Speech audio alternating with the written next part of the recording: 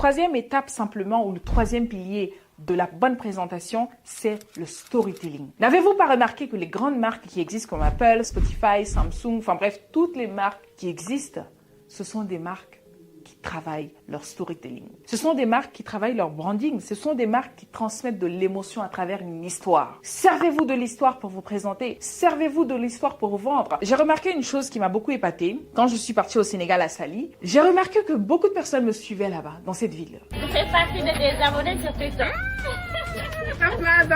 J'étais très étonnée parce que pour moi, c'était même pas Dakar, c'était reculé. Comment se fait-il qu'il y avait autant de personnes qui me suivaient? Je vous dis, dans chaque quartier que je passais, il y avait quelqu'un qui dit « Ah, c'est Fanta, je t'ai déjà vu, je te suis !» J'étais ébahie. C'est pareil, quand je suis partie en Guinée, beaucoup de personnes me reconnaissaient. Et ça, même au village, quand je suis partie, j'avais des personnes qui disent me suivre. I was like...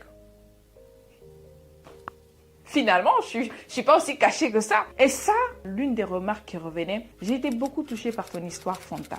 Quand tu vendais à Château-Rouge. J'ai été touchée par ton histoire quand tu vendais ceci, quand tu faisais cela. J'ai lu ton histoire quand tu disais avoir fait le ménage quand tu étais étudiante pour subvenir à tes besoins. Beaucoup de personnes ne me connaissent pas, mais j'ai créé beaucoup de liens avec des gens suite à mon histoire que j'ai vécue. C'est pour vous dire que l'histoire est tellement puissante que les grandes marques, les chaînes de télé, les présidents, même les leaders politiques l'utilisent pour s'imprégner dans l'esprit des gens. Servez-vous du storytelling. Transmettez une connexion. Et cette connexion se crée à travers de l'émotion. Et cette émotion, vous l'aurez qu'à travers le storytelling. Sachez raconter votre histoire au mieux. L'erreur que beaucoup de personnes commettent lorsqu'il s'agit de se présenter, c'est de me dire « Fanta, moi j'ai honte de raconter mon histoire parce que les gens vont me juger. » On se fiche de ce que les gens vont penser ou dire. Mais je suis sûre d'une chose, ce que vous direz, ce que vous partagerez, il y a certainement quelqu'un quelque part qui aura envie de grandir à travers vous, qui va être encouragé à travers votre histoire. Pensez à ces personnes plutôt que de penser aux gens qui vont mal parler ou mal dire. De toute façon,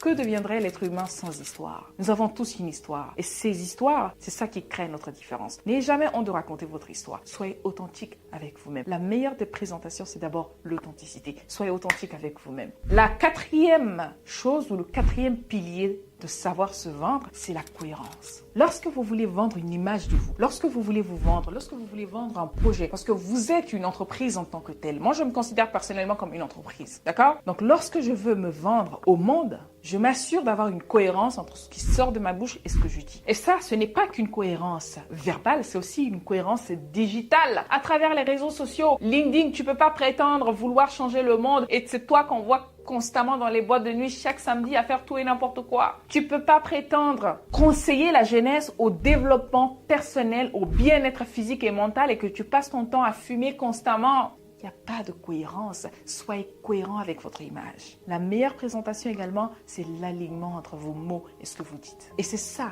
qui apporte ce qu'on appelle le respect. Ça impose le respect automatiquement parce que les gens perçoivent une cohérence entre ce que tu dis, ce que tu fais, comment tu agis, ce que tu prônes. Et c'est la meilleure façon d'asseoir le respect. Surtout en quête de votre développement de e-branding, je ne sais pas comment dire ça, mais dans votre développement personnel, mais surtout dans votre développement digital. C'est l'effet miroir. L'effet miroir, c'est comment les autres vous perçoivent et comment corriger cela. Vous avez certainement, tout comme moi, nous avons tous eu à commettre des erreurs. Et lorsque vous voulez vous présenter, c'est-à-dire que parfois c'est même pas des erreurs, vous êtes certainement une personne très timide, mais vous ne savez pas comment faire, vous ne savez pas comment vous en sortir, vous ne savez pas comment être, c'est de comprendre comment les gens vous perçoivent. Nous avons tous eu à dire une fois, je m'en fous de, ou je me fiche royalement de ce que les gens pensent de moi, mais c'est pas vrai. La perception des gens a beaucoup d'influence sur nous, parfois.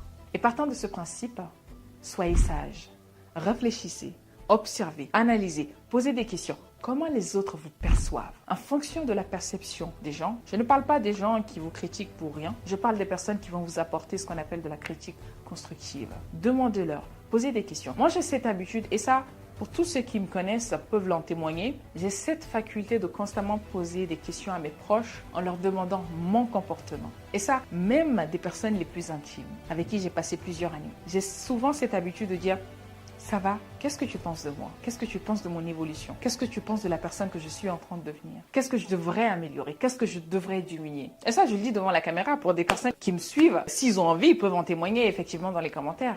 Je fais partie de ces gens et je me rends compte que malheureusement, beaucoup de personnes ne le font pas. C'est très important de se remettre en question pour avoir cet effet miroir. de vous-même, pour votre évolution personnelle, mais surtout professionnelle. Faites un check-up. Parfois, nous avons une mauvaise perception de nous-mêmes. Parfois, pas tout le temps, mais parfois. Partant de ce principe, cherchez des personnes de confiance autour de vous. Posez-leur des questions. Qu'est-ce que tu penses de moi? Qu'est-ce que tu penses de mon comportement? Est-ce que tu penses que je devrais m'améliorer? Qu'est-ce que je devrais changer sur moi? Il y a des personnes qui sont honnêtes autour de vous, vous diront la vérité. Ainsi, essayez de corriger cela, essayez de travailler cela. Parce que cette perception que vous aviez de vous-même va vous procurer ce qu'on appelle de l'assurance. Plus vous travaillerez sur votre développement personnel, plus vous aurez de l'assurance et voire de la confiance en soi. Et cette confiance en soi vous permettra de vous assumer haut et fort lorsqu'arrivera le moment de vous présenter devant les gens.